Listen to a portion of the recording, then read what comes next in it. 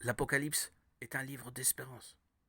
Or, pour bien des gens, apocalyptique signifie catastrophique.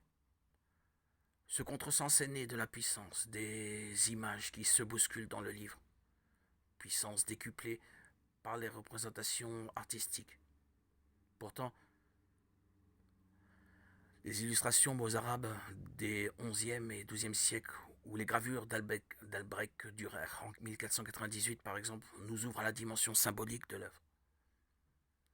Rédigé, pense-t-on, au tournant du 1er au 2e siècle de notre ère, l'ouvrage s'adresse à des chrétiens qui sont membres de communautés situées dans la région turque actuelle d'Izmir, Smyrna. Ils traversent une crise, laquelle peut être une persécution. L'empereur romain du moment pourrait être Domitien, qui a régné de 81 à 96.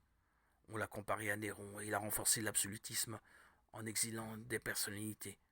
Jean a pu en faire partie, et même en les exécutant. Il a également développé le culte impérial avec des temples et un clergé, ce qui était une manière de canaliser la piété populaire en soudant les populations.